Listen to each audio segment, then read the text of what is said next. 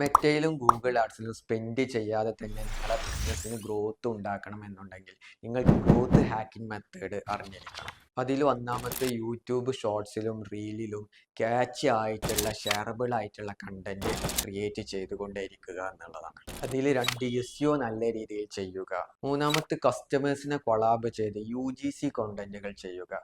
ഇപ്പോൾ എക്സാമ്പിൾ പറയുകയാണെങ്കിൽ നമ്മളെ പ്രൊഡക്റ്റ് യൂസ് ചെയ്ത കസ്റ്റമേഴ്സിനെ കൊണ്ട് ഒരു വീഡിയോ ഉണ്ടാക്കാൻ പറയാം. എന്നിട്ട് ആ വീഡിയോ നമ്മൾ ഇൻസ്റ്റാഗ്രാമിലും ഫേസ്ബുക്കിലൊക്കെ പോസ്റ്റ് ചെയ്യുക എന്നുള്ളതാണ്. അതിൽ 4 നിങ്ങളെ ബിസിനസ്സിന് വേണ്ടി റെഫറൽ പ്രോഗ്രാം ഒക്കെ സെറ്റ് ചെയ്യുക.